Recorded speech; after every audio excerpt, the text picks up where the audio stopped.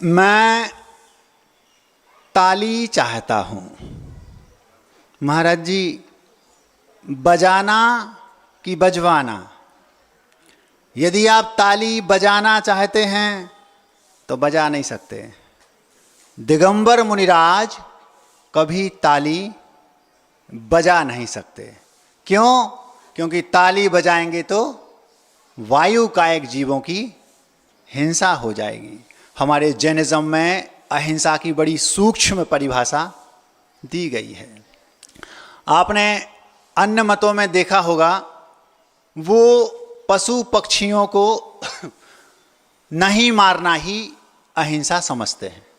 पशु पक्षी मतलब पंचेंद्रिय जीव, तोता, मैना, कौआ, हंस, बगुला आदि आदि। और पशु मतलब हाथी, घोड़ा, हिरण, गाय, बैल, खरगोश, बकरी आदि आदि। जैनेतरों की जो अहिंसा है वो यहीं तक सीमित है। वो क्या कहते हैं? पशु पक्षियों को नहीं मारना, इसका नाम अहिंसा। लेकिन जैनिज्म की अहिंसा बहुत सूक्ष्म है। कितनी सूक्ष्म है? हमारा श्रावक यदि चलता है तो वो चींटी को भी देखकर चलता है, कहीं मर ना जाए।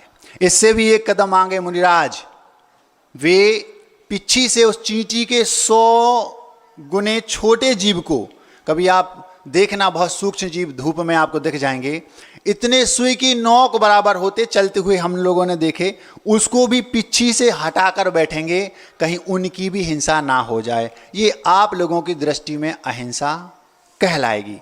जैनिज्म की अहिंसा इससे भी कई कई कई गुना ज़्यादा सूक्ष्म है। आज आप जैनेतर लोगों से पूछेंगे, अन्य मत वाले लोगों से पूछेंगे, तो वो बोलेंगे कि महाराज आप उनसे पूछो कि अहिंसा के वर्तमान में सबसे बड़े पुजारी कौन हैं, तो पूरा विश्व एक मत में कहेगा कि इस धरती पर अगर अहिंसा के कोई देवता हैं तो वे हैं दिगंबर जैन मुनि। ये स्पष्टतः वो खुद मानते हैं इस बात को। जैनेतर भी इस बात को अच्छे से स्वीकार करते हैं। एक बड़ी दुखद बात अचानक स्मृति पटल पर आ गई। विदिशा में मैं था, उस समय आचार्य महाराज मंच पर आसीन थे, पूरा संघ विराजमान था। कुछ 10th क्लास के बच्चे और बच्चियां 8-10 थे, वो सारे के सारे आचार्य श्री जी मंच पर आसीन थे और उस मंच पर कुछ प्रोग्राम दे रहे थे। 2014 की बात है। तो उन बच्चों को आपस में कोई नाटक कुछ कर रहे थे, तो एक बिटिया जो 10th क्लास की थी, वो उसको उस समय बोलना था कि हमें हिंसा नहीं करनी चाहिए। तो वो क्या बोलती है? हमें अहिंसा नहीं करनी चाहिए। जैसे आचार्य ने सुना तो सिर पर हाथ रखा। बोलते हैं, बाद में पूरा प्रवचन आचार्य जी ने केवल उस अहिंसा पर 1 घंटे का दिया कि जिस भारत की स्वतंत्रता की नींव अहिंसा थी, उस देश के बच्चे अहिंसा शब्द का शाब्दिक अर्थ नहीं समझते। मतलब वो ये नहीं समझते कि हिंसा क्या है शाब्दिक रूप में और अहिंसा क्या है। जिस जैनिज्म में अहिंसा को इतने सूक्ष्म रूप से व्याख्यायित किया गया है, जिस जैनिज्म में अहिंसा को इतने सूक्ष्म रूप से आचरण में लिया जाता है, उस जैन समाज के कई बच्चे आज भी अहिंसा शब्द की शाब्दिक परिभाषा, शाब्दिक अर्थ नहीं समझते। उसको कहना था हमें हिंसा नहीं करनी चाहिए, तो वो तपाक से बोली हमें अहिंसा नहीं करनी चाहिए। लेकिन टैलेंट भी इतना है कि दूसरा बच्चा जो बाजू में खड़ा था, उसने जल्दी से हाथ में माइक लिया। वो कहता है दीदी का कहने का मतलब ये है कि हमें हिंसा नहीं करनी चाहिए। तो टैलेंट की भी देश में कमी नहीं है और इस बात की भी कमी नहीं है कि आज की शिक्षा में जो मूलभूत चीज़ें हैं उनको भी शामिल नहीं किया जाता। मतलब 10वीं क्लास तक उसको ये नहीं बताया गया कि अहिंसा शब्द का शाब्दिक अर्थ क्या है।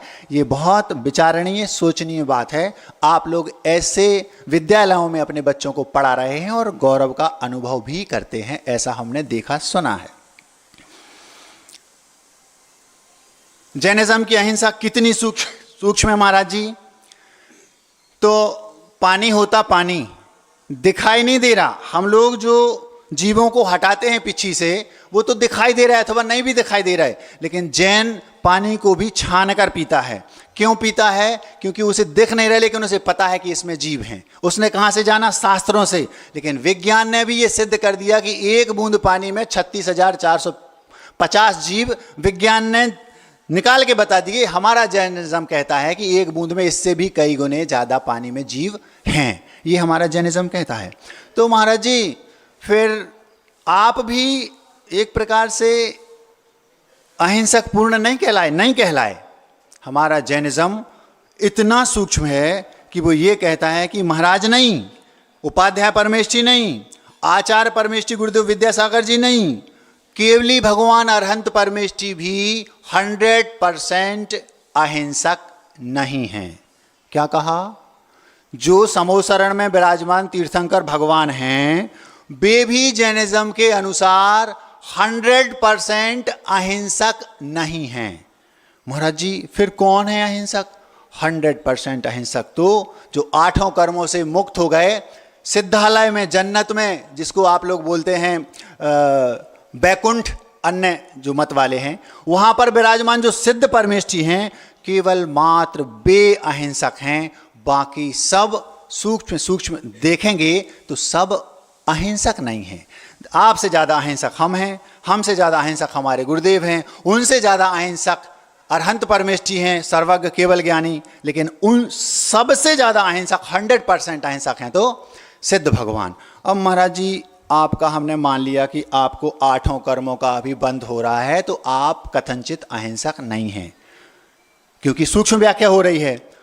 अरहंत परमेष्ठी जो 4 घातीय कर्म को नष्ट करके केवल ज्ञान को प्राप्त करके सर्वज्ञ बन गए, वे भी अहिंसक नहीं है महाराज जी। ये तो जम नहीं रहा। 3 प्रकार से बताता हूं। पहली बात तो ये कि उनको अभी साता वेदनी कर्म का बंध हो रहा है। इस अपेक्षा से कर्म बंद हो रहा है, इसका मतलब है कि वे अहिंसक नहीं है। दूसरा ये कि वे केवली भगवान वर्तमान में तो 8 कर्मों को नहीं बांध रहे, लेकिन उनके पास पूर्व के कर्म सत्ता में हैं। कोई चोर अगर चोरी करता है, मान लो किसी ने चोरी की और चोरी करने के बाद वो व्यक्ति जीवन भर के लिए उसने चोरी का त्याग कर दिया, लेकिन उसके पास पूर्व का चोरी का माल है, तो जो पूर्व का चोरी का माल उस चोर के पास है, उस अपेक्षा से वो अभी सज्जन नहीं कहलाएगा। इस अपेक्षा से भी केवली भगवान अहिंसक पूर्ण नहीं है, क्योंकि उनके पास पूर्व का है। एक और तीसरी और सबसे जबरदस्त बात केवली भगवान की कि वो अहिंसक नहीं है, उनके पास अभी शरीर है। आपके पास सुंदर शरीर हो, किसी का मन आप पर आ गया, आप हिंसक हैं। ये है जैनिज्म की सूक्ष्मता। एक बिटिया हीरोइन बनकर मंदिर गई। आप लोग सुन रहे हैं? हीरोइन समझते हैं? एकदम ब्यूटी पार्लर से सीधी आई और सीधी मंदिर गई, बढ़िया एकदम जबरदस्त ड्रेस और एकदम ऊपर से नीचे तक पोत पात के श्रृंगारित होकर के मंदिर गई। उस मंदिर में एक व्यक्ति पूजन कर रहा था अच्छे भक्ति भाव से। उस व्यक्ति ने उस बिटिया को देखा और देखते ही उसके मन में विकार आ गया। आप अहिंसक नहीं हैं। क्यों? क्योंकि आपको देख करके उसके मनोभाव विपरीत हुए। वो तो हिंसक है ही, उसके भावों में हिंसा आ गई, लेकिन आपके निमित्त से आई, इसलिए आप भी अहिंसक नहीं हैं। महाराज जी, कोई व्यक्ति, कोई महिला, कोई मां, कोई बहन हीरोइन बनकर मंदिर जाती है, वो हीरोइन पना उसका हेरोइन का काम करता है। हेरोइन समझते हो? हेरोइन होती है ड्रग्स, अफीम, कोकीन आदि आदि।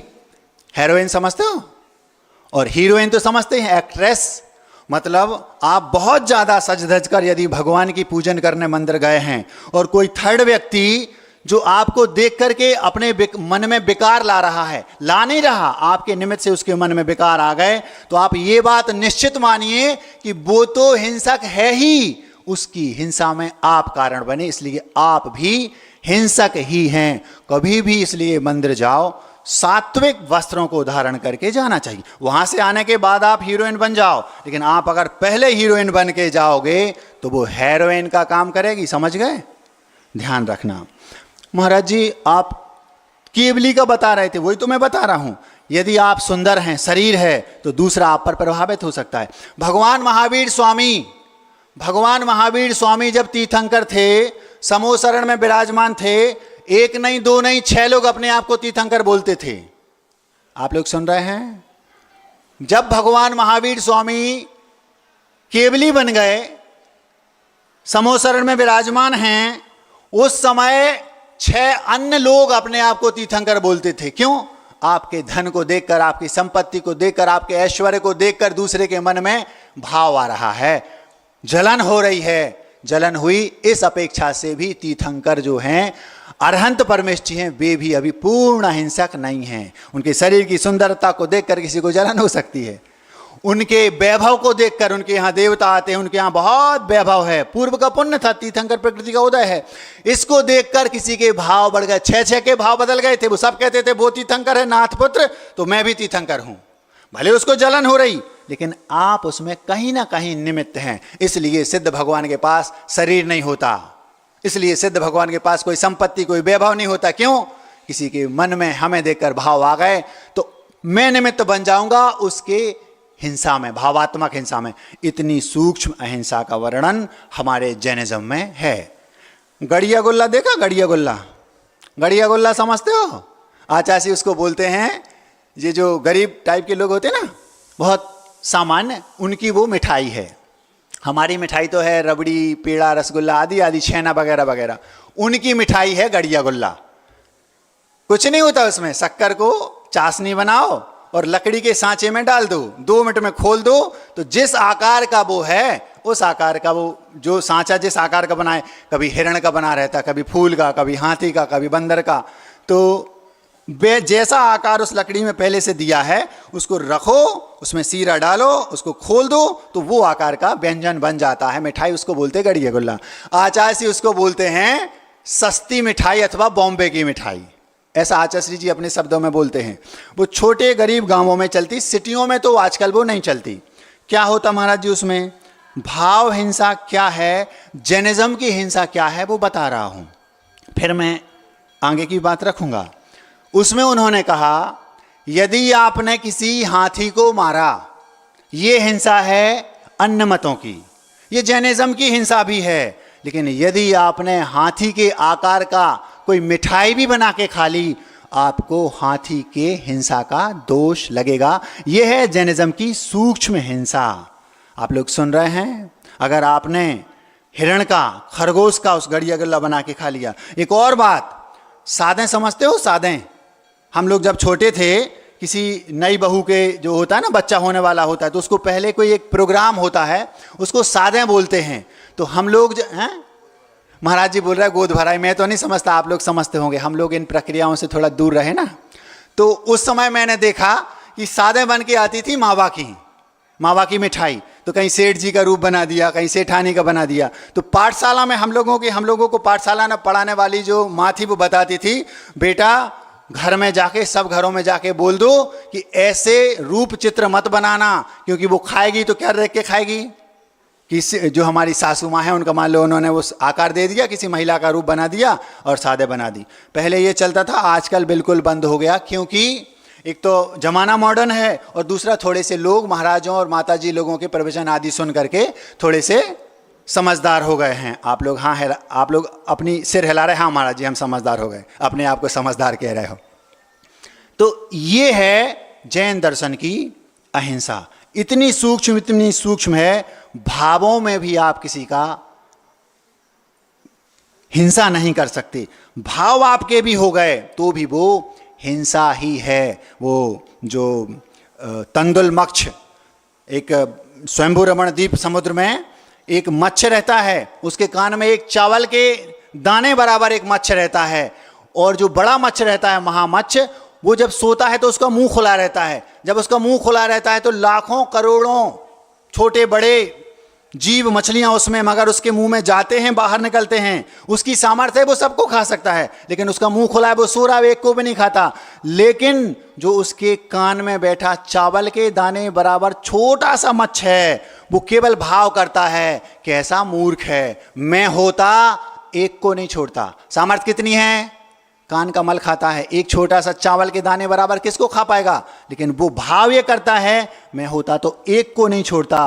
केवल भावों के माध्यम से वो इतनी हिंसा करता है। नियम से 7वें नरक जाता है। ये है भाव हिंसा, ये है हिंसा की जैनिज्म के अनुसार सूक्ष्मता। और बहुत सारी सूक्ष्मता है, लेकिन हम वहीं चलते हैं जहां से आरंभ किया था। मैं ताली चाहता हूं। महाराज जी, बजाना तो आप नहीं चाहते, ये तो आपने बता दिया, तो क्या बजवाना चाहते हैं? हम ना ताली बजा सकते हैं और ना ही ताली बजवा सकते हैं। बजाएंगे तो हिंसा होगी, अकेले बजाएंगे, और बजवाएंगे तो 150 लोग बजाएंगे और ज़्यादा हिंसा हो जाएगी। तो ना हम ताली बजाना चाहते हैं और ना बजवाना, लेकिन हम ताली चाहते हैं। कौन सी? बताते हैं। कई प्रकार की तालियां होती हैं। एक ताली वो होती है, जब हमने देखा होगा छोटे छोटे बच्चे घरों में रहते हैं और हम चाहते हैं कि ये एक्टिव हो, कुछ करे, अथवा किसी को हम चाहते हैं कि ये भी मंच पर जाकर कुछ प्रोग्राम दे, कुछ गाना ही भले भजन गा दे। वो मना कर रहा है, हम ताली बजवाएं, भैया ताली बजाओ, हाँ ये भैया पहुंच रहे हैं ताली बजा के, हाँ जल्दी करो पहुंच जाओ जल्दी। उसको मोटिवेट करने के लिए हम ताली बजाते ताकि वो कैसे भी प्रोत्साहित हो। ये हो गई एक प्रकार की ताली, वो ताली में बजवाना नहीं चाहता। एक और ताली होती है, जो कोई बहुत अच्छा प्रोग्राम किसी ने दे दिया, जैसे उसने बहुत अच्छा किया, हमारा अंतर्मन प्रफुल्लित होता है और हम बिना कहे ताली बजा देते हैं। एक साथ सब ताली बजा देंगे बिना किसी की मोटिवेशनल स्पीच के। हमने सुना, अच्छा लगा, अंदर से भाव हुए, हमने ताली बजा दी। ये हो गई दूसरे प्रकार की ताली। उस ताली की भी बात मैं नहीं कर रहा हूं, मैं बोलता हूं बीच बीच में आप लोग बजाते रहते हैं, आप अपनी मर्जी से, मैं नहीं कहता कि बजाओ।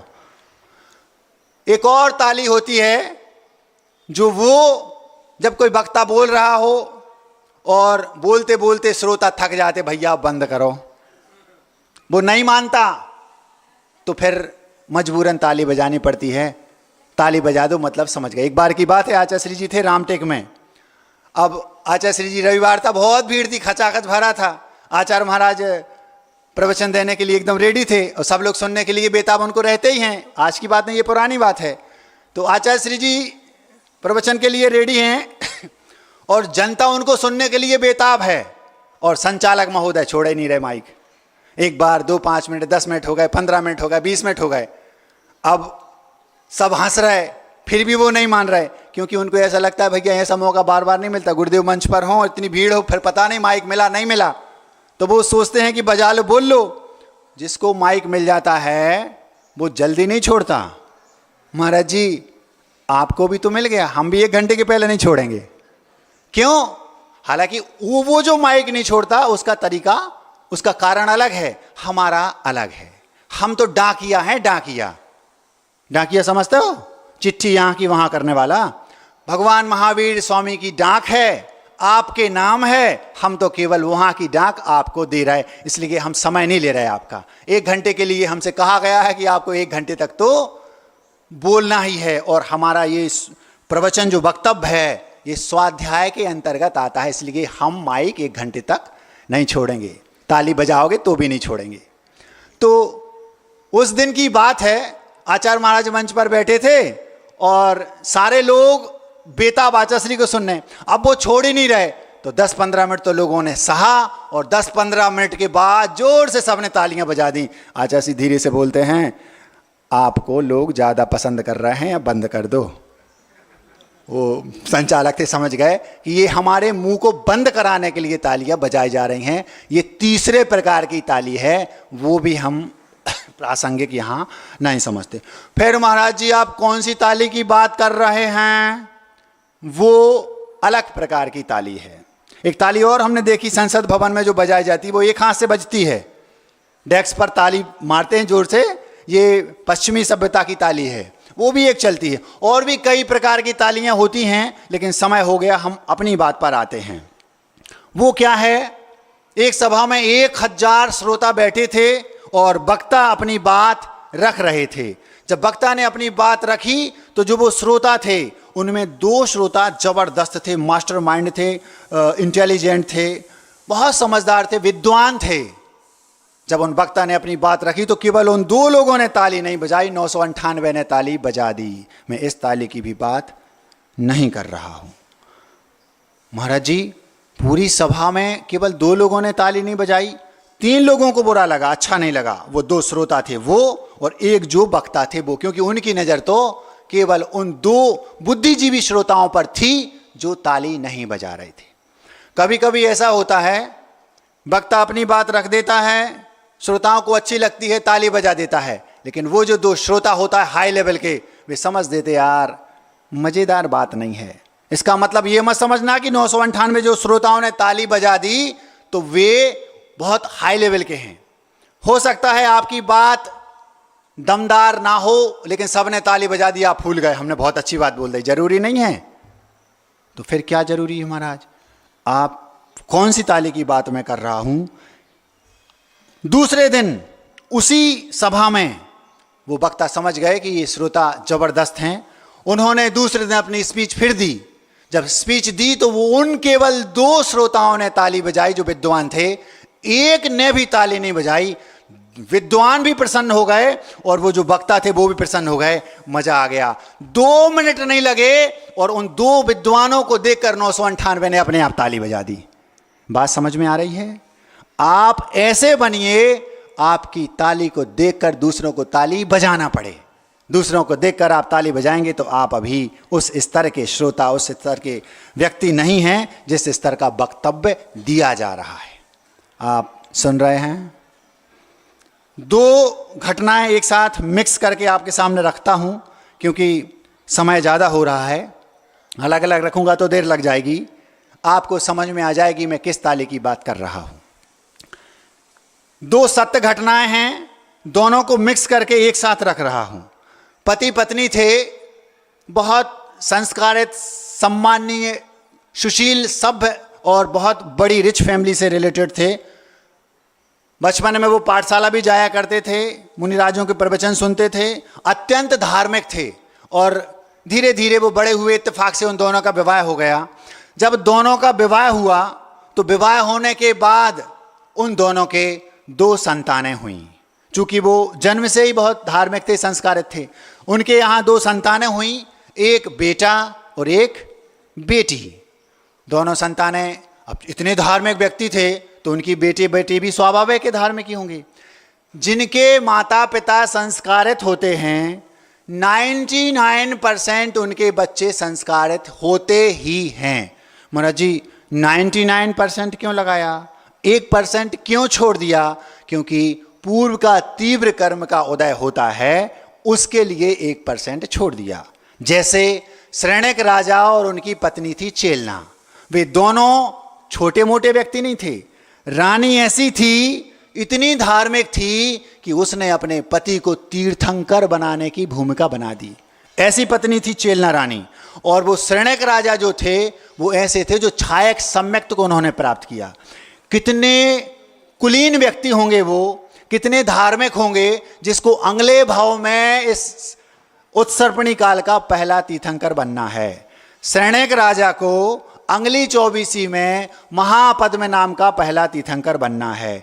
जिसके माता पिता तीर्थंकर बनने वाले हैं वो कितने सात्विक, धार्मिक, उच्च विचारों के होंगे। और जिसकी पत्नी, जिसने अपने पति को तीर्थंकर बनाने की भूमिका बना दी, जिसने अपने पति को छायक सम्यक दृष्टि बनाने की भूमिका बनाई, जो अपने पति को बौद्ध धर्म से जैनिज्म में ले आई और तीर्थंकर बना दिया, वो कैसी होगी पत्नी?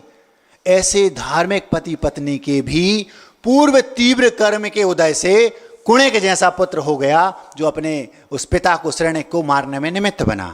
तो 1% इसलिए छोड़ दिया क्योंकि तीव्र पूर्व कर्म का उदय हो उसमें पुरुषार्थ काम नहीं करता।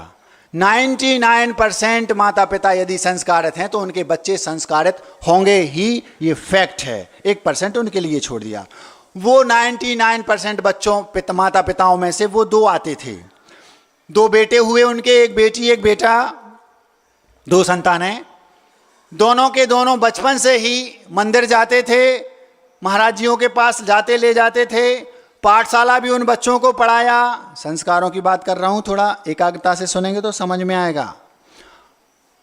जब थोड़े से बड़े हुए तो जब तक उन्होंने घर में रहे, पढ़े, तब तक पाठशाला भी गए, माताजी महाराज जी के पास गए, भगवान की पूजन अभिषेक के लिए भी वो जाते तो साथ में हाथ लगवा देते। शुरू से बचपन से अत्यंत धार्मिक संस्कार, खान पान भी उनका बहुत सुस्वादु और एकदम सात्विक।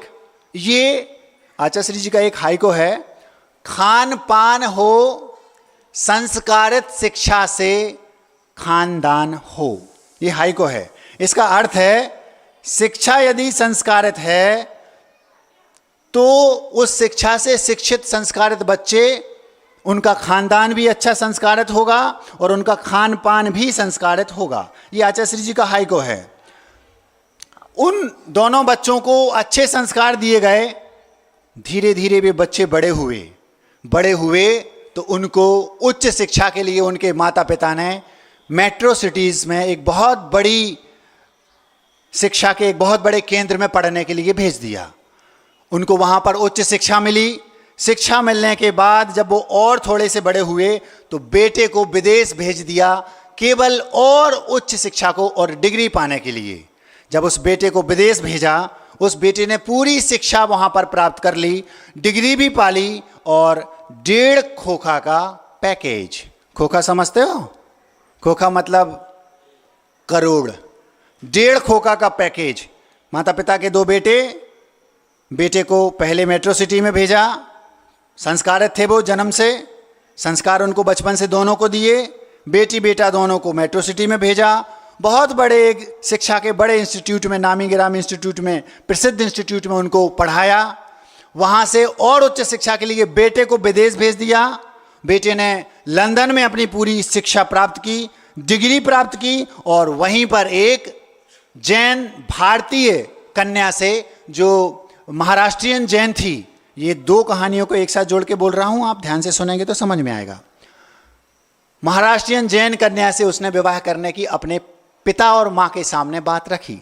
पिता ने कहा, बेटा तुम्हारा पैकेज इतना है, तुम इतनी अच्छी शिक्षा प्राप्त करके इसने अच्छे पोस्ट पर पहुंच गए हो, भारत आ जाओ।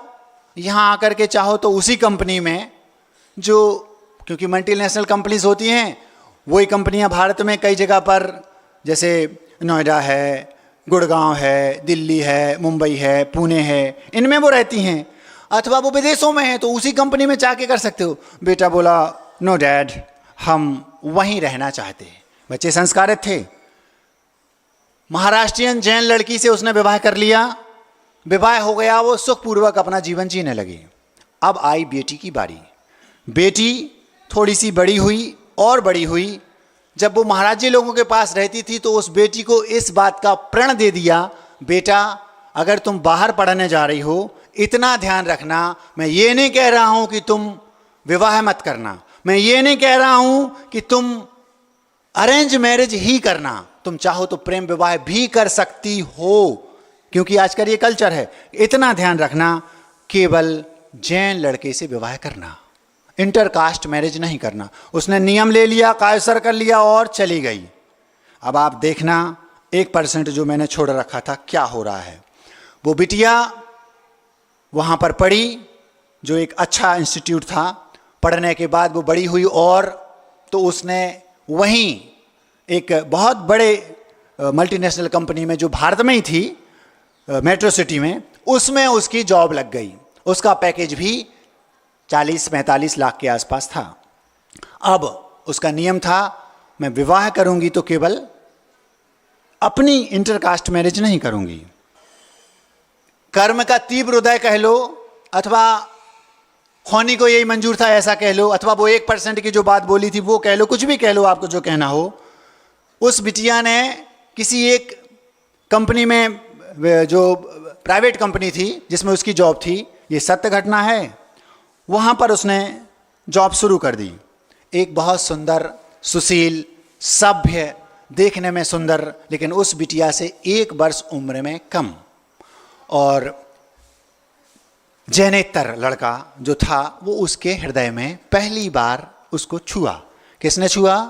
उस बेटे ने, जो बेटा उसी कंपनी में जॉब करता था लेकिन जैनेतर था। उस बेटे ने उस बिटिया के हृदय को पहली बार छुआ, मतलब उसको लगा, उस बेटे ने उसके दिल में जगह बनाई, यूं समझ लो। और पहली बार वो उस पर आकर्षित हुई। तुरंत उसके दिमाग में बात आई, मेरा कायोसर पूर्वक नियम है, ये लड़का जैनेतर है। जैसे उसके दिमाग में ये बात आई कि ये लड़का जो है जैन धर्मावलंबी नहीं है, उसने कहा मुझे इससे दूर रहना है। लेकिन कर्म का तीव्र उदय कह लो, संस्कारित बिटिया थी, धीरे धीरे धीरे धीरे समय बीतता गया, पता नहीं क्यों वो उसके हृदय में और जगह बनाता गया। 4-5 साल बीत गए। जब माँ ने कहा बेटा तुम बड़ी हो गई हो, अब हम चाहते हैं कि तुम्हारा विवाह कर दें, वो बिटिया बोलती है माँ जिससे आप हमारा विवाह करना चाहती हो उसको हमने ढूंढ लिया है। आप लोग सुन रहे हैं? मैं उस बेटी की बात कर रहा हूं जो संस्कारित है, बचपन से संस्कार दिए गए। मैं उस बेटी की बात कर रहा हूं जिसका कायोत्सर्ग पूर्वक नियम है कि मैं विवाह करूंगी तो अपनी ही कास्ट के बेटे से करूंगी। अब कर्म का तीव्र उदय कह लो, उसने अपनी माँ के सामने जब ऐसी बात रखी, माँ महाराज के पास आई और महाराज से बोलती है महाराज जी मैं ये जानना चाहती हूँ आखिर हमारी संस्कारों में कमी कहाँ रह गई। आप लोग हो सकता है इस दौर से गुजरे हों, परिस्थितियां कुछ भी करा सकती हैं, होता है, लेकिन आप पूरी बात सुन लेंगे तो आपको बुरा नहीं लगेगा, क्योंकि कर्म कुछ भी करा सकता है, ये हम पहले ही रख चुके हैं 1% वाली बात में। अब माँ ने कहा, महाराज जी बोले घबराओ नहीं, चिंता नहीं करो, उसको यहाँ ले आओ। उसको महाराज जी के पास लाया गया।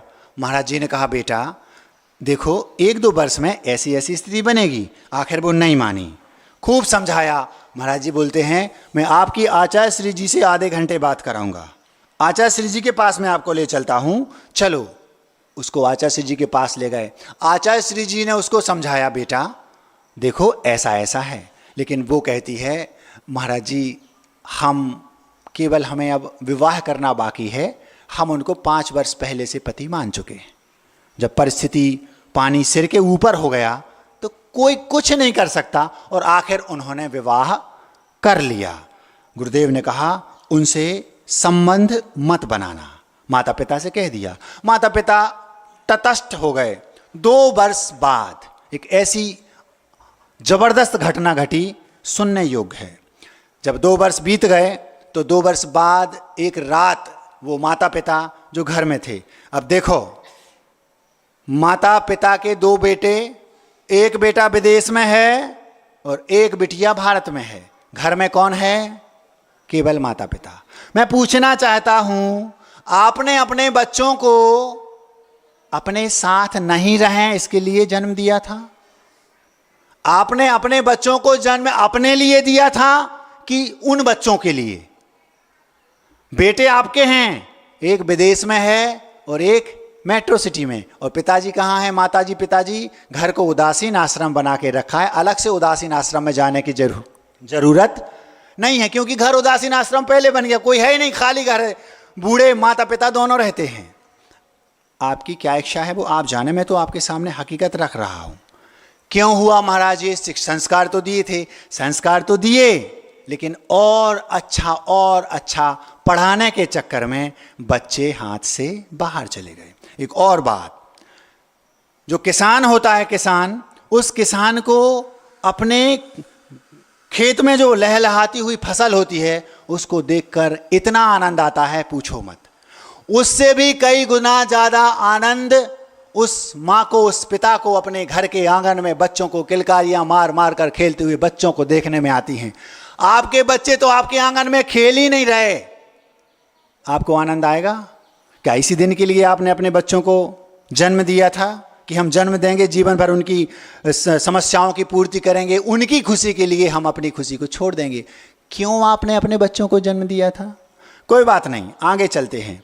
रात में 2 बजे जब वो दोनों पति पत्नी, जो बिटिया थी जिसका बेटा दूसरी जाति का था, विवाह हो गया, रात में 2 बजे 2 वर्ष बाद अचानक पिताजी जो नगर में थे उनके हार्ट में माइनर अटैक आया, बहुत छोटा सा झटका लगा। माँ रात में 2 बजे हॉस्पिटल ले गई। जब रात में 2 बजे हॉस्पिटल ले गई, अगर बेटे बेटी को हमने अपने लिए पैदा किया होता, अपने पास रखा होता, भले उनको शिक्षा थोड़ी कम दी होती, संस्कार दिए होते, तो रात में बूढ़ी माँ को, अपने पति को हॉस्पिटल नहीं ले जाना पड़ता। कौन ले जाता? बेटा। लेकिन बेटा तो विदेश में है, फ़ोन भी लगाएंगे तो 3 दिन बाद आ पाएगा। और बिटिया मेट्रो सिटी में है, उससे तो कनेक्टिविटी टूट गई, क्योंकि उसने नियम को भी तोड़ दिया, गुरुदेव की बात भी नहीं मानी और उसने हमारी धुलवा दी। कोई बात नहीं। तो महाराज जी क्या संस्कार काम नहीं करते? अभी बता रहा हूँ, सत्य घटना है, सीधी सीधी रख रहा हूँ, आपको सब समझ में आ जाएगा। 2 बजे रात में जैसे ही वो हॉस्पिटल पहुँची, माँ अपना मोबाइल हैंडसेट स्मार्टफोन जो था वो भूल गई घर में। जब वो हॉस्पिटल पहुँची, डॉक्टर ने तुरंत इमीडिएट उसको चेक किया। चेक करने के बाद कहा घबराने की बात नहीं है, ये 2-4 गोलियां ले लो, माइनर अटैक था, ठीक है, 2-4 दिन आप रख सकते हैं यहाँ पर, चाहें तो ले जाएं, कोई बहुत बड़ी बात नहीं है। इतना जब हो गया, माँ को लगा बेटा तो दूर है, फिर भी कम से कम कुछ भी है, आखिर है तो अपनी ही बेटी ना, चलो बेटी को फ़ोन लगा देते हैं। माँ के हाथ में फ़ोन नहीं था, मोबाइल हैंडसेट नहीं था। उसने उस हॉस्पिटल के रिसेप्शन में जो एक अमित नाम का लड़का बैठा, नाम मैंने बदल दिया है क्योंकि किसी के नाम लेना अपना ठीक नहीं, अमित नाम का लड़का रिसेप्शन में बैठा था। जो वो कौन था? एक वर्कर, एक नौकर, हॉस्पिटल में काम करने वाला कर्मचारी। उसका हैंडसेट लिया और उससे उसने अपनी बेटी को फ़ोन लगाया रात में 2 बजे। रात में 2 बजे फ़ोन लगाया, बात की 2 साल बाद। उसके पति को पता था कि माँ और इनकी तो बातें नहीं होती। 2 बजे जब माँ ने फ़ोन लगाया, उस बिटिया ने रात में 2 बजे बात की। माँ ने कहा पिताजी को ऐसा ऐसा हो गया था, और 2-5 मिनट बात की, रोने भी लगी, आंसू भी आ गए उसके कि माँ ने 2 साल बाद कम से कम बात तो की। उसने फ़ोन कट कर दिया। इतने में पति ने देख लिया, ये मेरी पत्नी रात में 2 बजे किसी से बात कर रही थी। पूछा कौन था? बोली माँ। समझ गई, पहली बात तो माँ और पिताजी ने तुमसे कनेक्टिविटी तोड़ दी है, वो तो हो ही नहीं सकती, माँ पिताजी तो हो नहीं सकते, झूठ बोल रही है। उसने किसी से कुछ नहीं कहा। उस पत्नी से बोलता है जाओ 1 गिलास पानी लेके आओ, मुझे प्यास लगी है। जितने में वो पानी लेने किचन में गई, उतने में उसने उसका मोबाइल नंबर देखा। ये तो किसी और का नंबर है, माँ का नंबर तो है ही नहीं। पहले एक शक हुआ कि ये झूठ बोल रही है क्योंकि माँ बात कर नहीं सकती, क्योंकि बातें नहीं करती, 2 साल हो गए। दूसरा शक उसका और बढ़ गया जब उसने कहा माँ से बात की, माँ का नंबर ही नहीं है। तीसरा और क्या हुआ, वो सुबह उठा, रात भर नहीं सोया। उसने सोचा मेरी पत्नी किसी और से बात करती है। दूरियां रात से उसी दिन से बढ़ने लगी। जब उसने नंबर देखा तो दूसरा उसको वो मिल गया क्लू की देखो नंबर भी माँ का नहीं है, इसका मतलब है 100% मेरी पत्नी झूठ बोल रही है। फिर और एक कदम आगे, जब सुबह उसने उस नंबर पर मौका पाकर के नंबर पता किया और डायल किया तो पता चला। पूछा कौन? बोला मैं अमित बोल रहा हूं। जैसे उसने कहा मैं अमित, शक जो था वो पक्का हो गया कि पहली बात तो माँ बात नहीं करती और आप बोल रही माँ से बात कर रहे, झूठ बोल रही। दूसरी बात वो नंबर मैंने देखा वो माँ का नहीं था, और का था। तीसरी बात नंबर मैंने लगाया तो वो बोल रहा है मैं अमित बोल रहा हूं। इसका मतलब है ये रात में 2 बजे अमित से बात करती है। ये उसके दिमाग में बैठ गया। आप भी होते तो यही सोचते। ये होता ही है। हमारे यहां एक गाथा आती है, जिस व्यक्ति को हम चाहते हैं, जो व्यक्ति हमें पसंद है, उसकी लाख बुराइयां हमें दिखाई नहीं देती, केवल हमें उसकी अच्छाई ही दिखाई देती है। और जिस व्यक्ति को हम हेट करते हैं, जो हमें पसंद नहीं है, जो हमें अच्छा नहीं लगता, उसमें लाख अच्छाइयां भी हों, केवल हमें उसमें बुराई दिखती है। ऐसा होता है। आपका बेटा 1000 बुराइयां हों उसमें, लेकिन मेरा बेटा तो लाखों में एक है, ऐसा आपके मन में धारणा होती। क्यों? क्योंकि आप उसे चाहते हैं, आपका बेटा है। और दूसरे का अगर वो कितना भी अच्छा हो, लेकिन आप अपने मन ही मन में कंपटीशन उससे करते रहते हैं। अरे वो नंबर हमारे बेटे से ज़्यादा जरूर आ गए उसके, लेकिन वो नकल करता है, हमें पता है उसमें एक कमी नहीं है, लेकिन आप में कमी 1000 देखेंगे। क्यों? क्योंकि आप उसे पसंद नहीं करते। जिसको आप चाहते हैं उसकी लाखों कमियों को आप ढकेंगे, ये फैक्ट है। और जिसको आप नहीं चाहते उसकी लाखों अच्छाइयों को आप दबाते हैं। आप अपने घर के अंदर देख लीजिए, अगर आपको अपनी बड़ी भाभी से स्नेह है, वो कमियां, दाल सब्जी अच्छी भी नहीं बनाएंगी, नहीं कभी कभी हो जाता है, वैसे तो वो रोज बहुत अच्छा भोजन बनाती हैं। क्यों? क्योंकि आप उनको पसंद करते हैं। और जो छोटी भाभी हैं वो आप उनको पसंद नहीं करते। एक दिन अगर महीने में गलत बना दी, जब देखो जब बनाना आता नहीं है, हमारे भैया को बना रही हैं बस। आप ऐसा बोलते हैं क्यों? कमी कहाँ है? क्या बोल रही वो? बनाना, भोजन बनाना नहीं आता, वो तो भैया जी को, हमारे भैया को बना रही हैं बस। बनाना कई प्रकार का होता है, भोजन बनाना और एक केवल बनाना, उल्लू बनाना, समझते हो?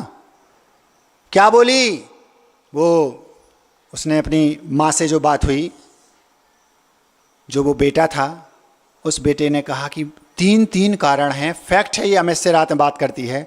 अब उस बेटे ने अपनी माँ को फ़ोन लगाया, माँ मैं आज बहुत दुखी हूँ, रात भर नहीं सोया, ऐसी ऐसी बात है। बेटा मैंने तो तुम्हें उसी दिन कहा था, कितनी बिंदु गिनाए थे। माँ ने, उस बेटे की माँ ने भी उसको बताया था, जब उसने कहा माँ मैं एक जैन लड़की से विवाह करना चाहता हूँ, तो उस माँ ने अपने बेटे से कहा बेटा देख लो, वो तुमसे 1 वर्ष बड़ी है। नहीं माँ वो बहुत अच्छी लड़की है। वही बेटी जिसे आज तुम नफरत कर रहे हो, अभी आज ही से 2 बजे के बाद से, वो उस समय जब तुम्हारी माँ समझा रही थी तब क्या बोलता था? नहीं माँ आजकल तो कल्चर है, 1 वर्ष में होता क्या है, सचिन तेंदुलकर की पत्नी तो 6 वर्ष बड़ी थी माँ। ऐसा माँ को समझा दिया। सचिन तेंदुलकर की पत्नी अंजलि 6 वर्ष बड़ी है उससे। माँ ये तो आजकल का कल्चर है माँ, इसमें कोई ज़्यादा अंतर नहीं आता, ऐसा उसको समझा दिया। माँ ने कहा बेटा वो हमारी जाति की नहीं है। माँ ये कुछ नहीं, क्या होता है माँ, हमारी कंपनी में पढ़ती, एक साथ पढ़ते हैं, एक साथ काम करते हैं। फिर माँ ने तीसरा बिंदु गिनाया, बेटा उसका पैकेज तुम्हारे पैकेज से ज़्यादा है, कोई फर्क नहीं पड़ता माँ, वो बहुत अच्छी लड़की है। तीसरी बात गिना दी। चौथी बात माँ ने कहा, माँ बेटा हम लड़के वाले हैं, वो लड़की वाली है, और शास्त्रों में भी लिखा है, सामान्य से जनपद सत्य भी है कि लड़के वालों को लड़की वालों से हर क्षेत्र में 1 कदम ऊंचा होना चाहिए, नहीं तो घर उनका अच्छे से चलता नहीं। एक्सेप्शन अलग बात है। नहीं माँ ये पुराना कल्चर है, तुम पुराने ज़माने की बात कर रही हो, ऐसा कुछ नहीं है, वो बहुत अच्छी लड़की है। 5वीं बात माँ बोलती है, बेटा वो बेटी बड़े घराने की है, पैसे वाले हैं, हम छोटे हैं, चल जाएगा। नहीं माँ वो बहुत अच्छी लड़की है, हम उसको 5 साल से जानते हैं। क्यों? आपके पट्टी आपके दिमाग पर, आंखों पर क्यों पड़ी थी?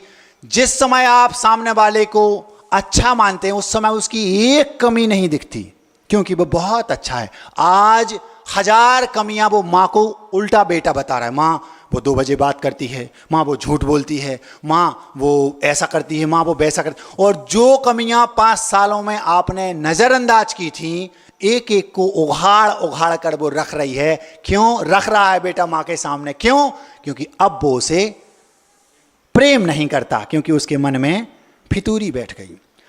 खेत में कीड़ा लग जाए तो फसल बर्बाद होती है, और दिमाग में कीड़ा लग जाए तो नस्ल बर्बाद होती है। नस्ल समझते हो? नस्ल मतलब पीढ़ी। खेत में कीड़ा लग गया फसल बर्बाद हो जाएगी, और दिमाग में कीड़ा लग गया, शक का कीड़ा उसके दिमाग में लग गया, अब घर बर्बाद। ऐसे लाखों परिवार हैं दुनिया में, वर्तमान में ऐसे लाखों परिवार हैं जिनके दिमाग में केवल उस बेटे जैसी कीड़ा है, शक का। सच्चाई कुछ नहीं है, केवल उसके दिमाग में कीड़ा भरा है। जितने लोगों के दिमाग में ऐसा कीड़ा भरा है, उनसे मेरा कहना है, मन की बात मन में रखने से, क्या कहा? मन की बात मन में रखने से फासले हो जाते हैं। फासले समझते हो? दूरियां। मन की बात मन में रखने से फासले हो जाते हैं, और मन की बात कह देने से फैसले हो जाते हैं। उसने क्या कहा? उसने क्या किया? मन की बात को मन में रखा, तो कीड़ा उसकी नस्ल को, पीढ़ी को खा जाएगा। अगर वो मन की बात उसी समय अपनी पत्नी के सामने रख देता, फैसला उसी दिन हो जाता। क्या हो जाता? सच्चाई खुल जाती। कुछ नहीं, मन की बात मन में रखोगे तो फासले हो जाएंगे, दूरियां हो जाएंगी। उसने मन की बात को मन में रखा, दूरियां इतनी बढ़ गई, इतनी बढ़ गई, इतनी बढ़ गई, एक एक दिन एक एक बरस जैसा बीतने लगा। जिसको वो पहले कहता था मैं इसके बिना एक पल नहीं रह सकता, अब वो कह रहा है मैं इसके साथ एक पल नहीं रह सकता। क्यों? क्योंकि पहले उसे उससे प्रेम था, अब उसके दिमाग में कीड़ा भरा है। दिमाग में कीड़ा भर गया। क्या करना था उसको बात करनी थी। आज जितने भी लोग इस दौर से गुजर रहे हैं, लाखों करोड़ों लोग इस देश में ऐसे होंगे जिन्होंने प्रेम विवाह किया, लेकिन आज दूरियां हैं। तो उनसे मेरा कहना है, आप एक बार सामने वाले को अपनी सारी जो दिमाग में भरी है गंदगी, उसको रख के तो देखो। 75%, 75% केस ऐसे हैं जो इसी केस जैसे हैं। सच्चाई कुछ भी नहीं है, लेकिन केवल दिमाग में कीड़ा भरा है बस। आप मन की बात मन में मत रखो। अब भी अपनी पत्नी को बुलाओ, अथवा अपने बेटे को बुलाओ, अपने पड़ोसी को बुलाओ, जिससे मनमुटाव है उसके पास जाओ और उसके सामने रखो, हम आपके बारे में ऐसा ऐसा सोचते हैं। और जिसको लग रहा है कि उनको मेरे दिमाग में है, आप जाकर उनसे पूछ लो, भैया हमें बता तो दो कि हमारी गलती कहाँ है। उस पत्नी ने देखा धीरे धीरे धीरे धीरे दूरियां बढ़ती जा रही हैं। उसने कहा, मन में मत रखो, फासले हो रहे हैं, आप कह दो, फैसला हो जाएगा। उस पत्नी ने अपने बेटे से, अपने पति से निवेदन किया, कम से कम मुझे बताओ तो आप एकदम से उस दिन से चेंज क्यों हो गए।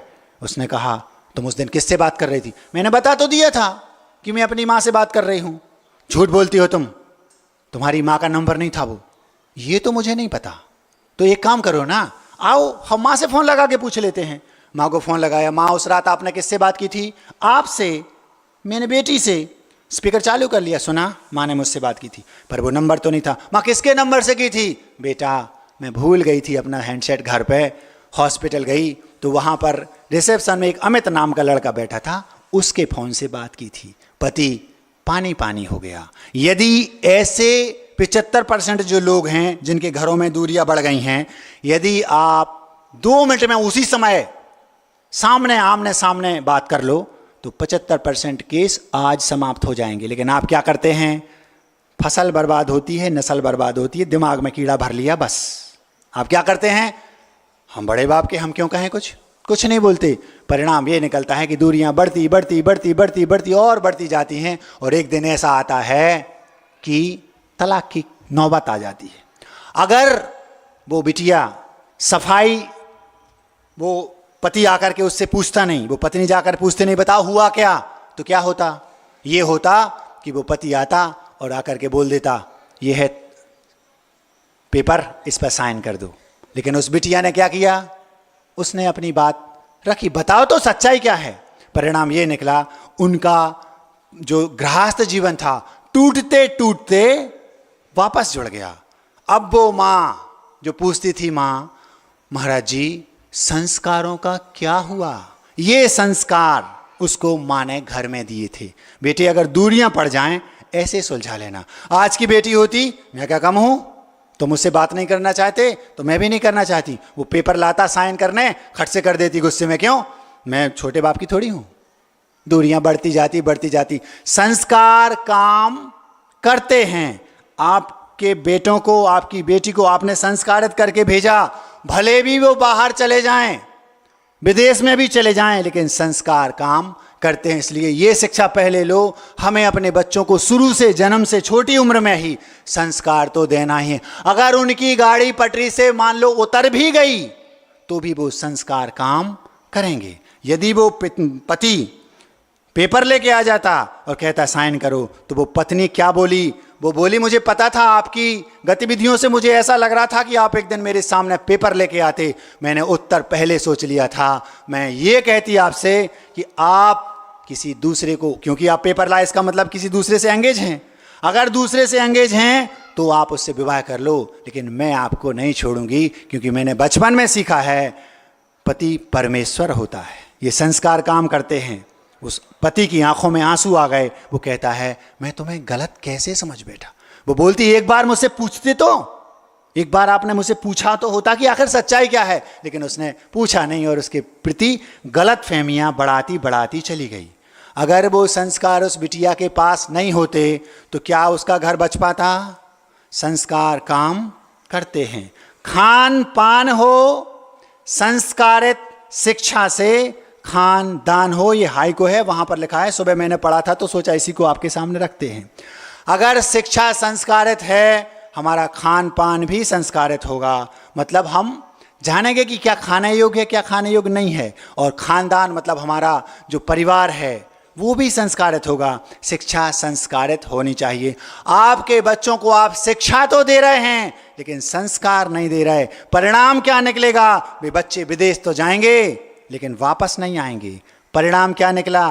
वो बेटा जो विदेश गया था, माँ ने फोन लगाया, बेटा पिताजी को माइनर अटैक आया था। बेटा अपनी पत्नी से, जो महाराष्ट्रियन पत्नी थी, उससे बोलता है, सुनो अपन एक काम करते हैं, अपन वापस देश चलते हैं, वहाँ मल्टीनेशनल कंपनी तो है ही, इसी कंपनी में देश की भी शाखा है, देश में भी भारत में भी, अपन वहीं चलते हैं, माता पिता को वहीं अपन पास में बुला लेंगे, बुढ़ापे में उन्हें कौन साथ देगा। ये थे संस्कार। वो संस्कार वहाँ भी काम कर रहे। शिक्षा आपने भले उच्च दिला दी लेकिन संस्कार घर में बच्चों को देकर आपने बाहर निकाला। अगर संस्कार देकर नहीं निकाला होता तो वो बेटा क्या कहता, डैड आप पैसे में भेज दूंगा, इलाज करा लो, माँ मेरे पास टाइम नहीं है। लेकिन संस्कार थे। उस बेटे ने अपनी विदेश से जॉब छोड़कर वापस भारत आ गया और मेट्रो सिटी में उसी कंपनी में यहां जॉब करके माता पिता को अपने पास बुलाया और जीवन की अंतिम सांसों तक अपने माता पिता के साथ रखा। यह है संस्कारों का महत्व। या तो आप उनको उच्च शिक्षा दो मत, क्योंकि दोगे तो आपसे दूर हो जाएंगे, और अगर देना है तो संस्कारित करके दिलाओ। वो संस्कार बीच में भले पटरी से गाड़ी उतर जाए लेकिन वो संस्कार वापस आ जाएंगे। वो संस्कार के कारण उसके माता पिता को उसने साथ में रखा और बेटी का जीवन टूटते टूटते बच गया। महाराज जी, लेकिन वो जो उसने नियम लिया था उसका क्या हुआ? उस बेटी ने नियम लिया था महाराज जी से, फिर 1% में वो आ गए, ऐसा हो गया। लेकिन उस बिटिया ने ऐसा किया, चेलना का काम किया, चेलना का। उसने इतने संस्कार थे उसके जन्म से, धीरे धीरे धीरे धीरे जैसे समय बीतता गया, मंदिर ले जाने लगी, पूजन कराने लगी, गुरुदेव के पास ले गई। गुरुदेव ने 1 बार 2 बार 3 बार उसको भगाया। जिन लोगों ने, जिन बेटियों ने इंटरकास्ट मैरिज कर ली है फिर भी वो जैनिज्म को नहीं छोड़ रही, वो ये ना समझें कि अब हम जैन से दूर हो गए। कभी ऐसा करना मत। मान लो तीव्र पाप कर्म के उदय से पूर्व के उस 1% वाले में आप आ गई हो बेटियों जिनने विवाह इंटरकास्ट कर लिया, आपको चेलना बनना है। क्या किया उसने? उसने अपने पति को जैनिज्म से ओतप्रोत कर दिया और धीरे धीरे धीरे ये स्थिति बनी। गुरुदेव के पास गए, आचार्य जी मैं आहार देना चाहती हूँ। आचार्य जी ने 1 बार में भगा दिया। फिर 6 महीने बाद पहुँचे, आचार्य जी हमारे पति 100% जैनिज्म को फॉलो करने लगे हैं, मैं तो पहले से ही हूँ। आचार्य जी हम आहार देने की भावना रखते हैं। आचार्य ने कहा बाद में आना। 2-3 बार भगाया। जब उन्होंने देख लिया, समाज के मुखिया को बुलाया। ये ऐसा करते हैं क्या, जाते हैं? महाराज जी जैनों से ज़्यादा पालन करता है वो, हमने देखा 2-2 घंटे मंदिर में बिताता है। उसको जैन बना दिया है। आचार्य ने जब पक्का कर लिया, उसको आशीर्वाद दे दिया, हाँ तुम आहार भी दे सकती हो, दे सकते हो, और चौका भी लगा सकते हो। आज वो दोनों चौका लगाते हैं और हम लोग आहार करके आए। आचार्य जी के आहार उसके चौके में हुए। इससे आप ये अर्थ मत लगाना महाराज जी हम नियम लेके नियम तोड़ दें, तोड़ना नहीं। अगर तीव्र कर्म के उदय से ऐसा हो भी गया तो उन लोगों के लिए यह है, अभी सारे रास्ते बंद नहीं हुए हैं। आप गुरुदेव के पास बार बार जाइए। अगर आपके अंदर प्यास है तो अभी भी देर नहीं हुई है। संस्कारों का परिणाम यह था कि दोनों बेटी और बेटे, उस बिटिया ने अपने पति को जैन बना लिया। जब चेलना एक बौद्ध पति को तीर्थंकर बनाने की पात्रता रखती है, शरण्यक राजा बौद्ध धर्म के अनुयायी थे, चेलना जैन धर्म के अनुयायी नहीं थी। उसने अपने पति को जैन, शादी के बाद, विवाह के बाद छायक सम्यक दृष्टि बना दिया। संस्कारों के कारण उसको बचपन में, चेलना को उसके माता पिता ने संस्कार दिए थे। उसका परिणाम ये निकला कि छायक सम्यक दृष्टि बनाया, तीर्थंकर बना दिया। तो आप अपने पति को जैन नहीं बना सकती क्या? उनसे कह रहा हूं जो इस दौर से गुजर चुके हैं। जो नहीं गुजरे उनसे तो यही कहना है, बेटा गलती मत करना, क्योंकि 2-3 साल में भूत उतर जाता है, फिर ना घर के रहते ना घाट के। और आपको संस्कार नहीं दिए गए। अगर आप संस्कारत हैं तो कोई बात नहीं, कहीं भी छोड़ दो। संस्कारित नहीं हैं तो गड़बड़ है। आज बच्चों को पाठशाला भेजने में हमें शर्म आती है, हम बैकवर्ड कहलाते हैं। अगर उन बच्चों को नहीं भेजा गया होता तो क्या होता? आप देख लो, समय ज़रूरत से ज़्यादा हो गया है। अब मिठाई इतना ही पर्याप्त समझता। महाराज जी आप ताली बजाना की बात कर रहे थे, ये ताली, ये बात अगर रखी जाए और आपके दिमाग में बैठ गई, आपके चेहरे बता रहे हैं कि इस बात को कोई विद्वान सुनेगा तो निश्चित ताली बजाएगा। ये ताली मैं चाहता हूं, बजवाना नहीं, आप खुद बजाएंगे। इतना ही पर्याप्त समझता हूं। अब मिठाई, शीर्षक है गुरु ने हमें जो चोला दिया है मैला कभी वो होता नहीं। चोला समझते हो? चोला मतलब सिंदूर नहीं, चोला मतलब मुद्रा, ड्रेस। ये जो दिगंबरत्व है ना, जो दिगंबर का बाना चोला हमें दिया है गुरुदेव ने, वो मैला नहीं होता कभी। मीठापन इसका है इतना, कौन कहे कैसा है कितना, रस लेता ही रहता है हरदम, छैला कभी वो सोता नहीं। गुरु ने हमें जो चोला दिया है मैला कभी वो होता नहीं।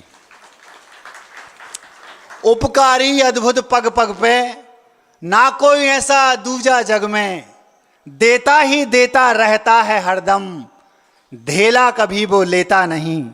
गुरु ने हमें जो चोला दिया है मैला कभी वो होता नहीं। धेला समझते हो? धेला, धेला मतलब पैसा।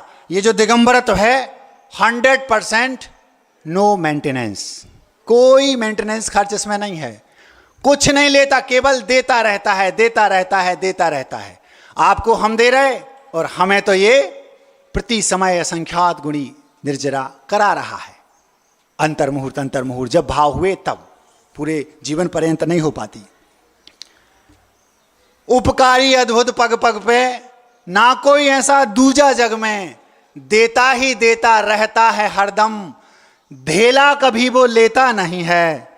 गुरु ने हमें जो चोला दिया है मैला कभी वो होता नहीं है।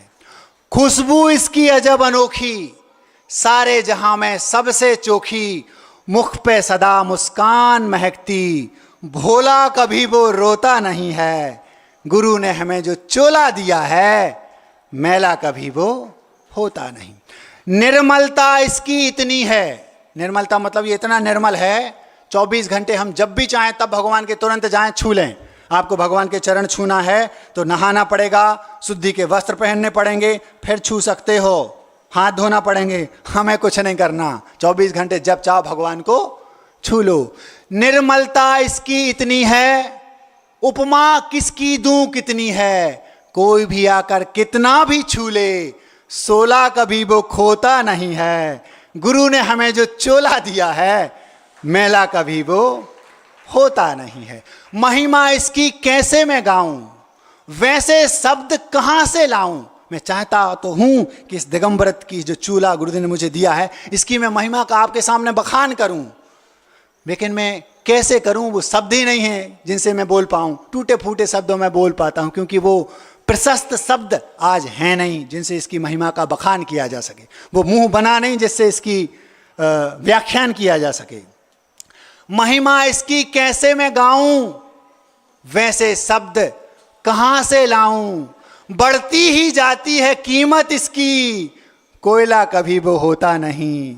गुरु ने हमें जो चोला दिया है मैला कभी वो होता नहीं।